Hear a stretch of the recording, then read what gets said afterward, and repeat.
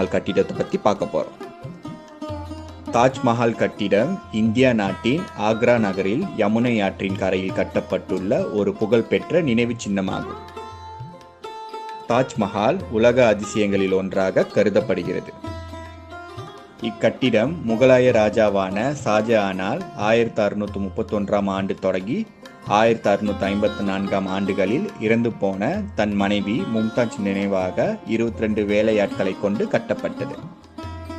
1631 ஆண்டு முகலாய பேரரசை ஆட்சி செய்த ஷாஜஹானின் 3வது மனைவி மும்தாஜ் தனது 14வது பிரசவத்தின் போது இறந்து போகிறார்.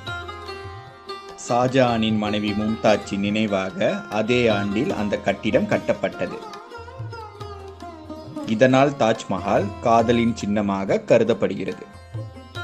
தாஜ்மஹால் பளிங்கு கற்களால் கட்டப்பட்ட கட்டிடமாகும்.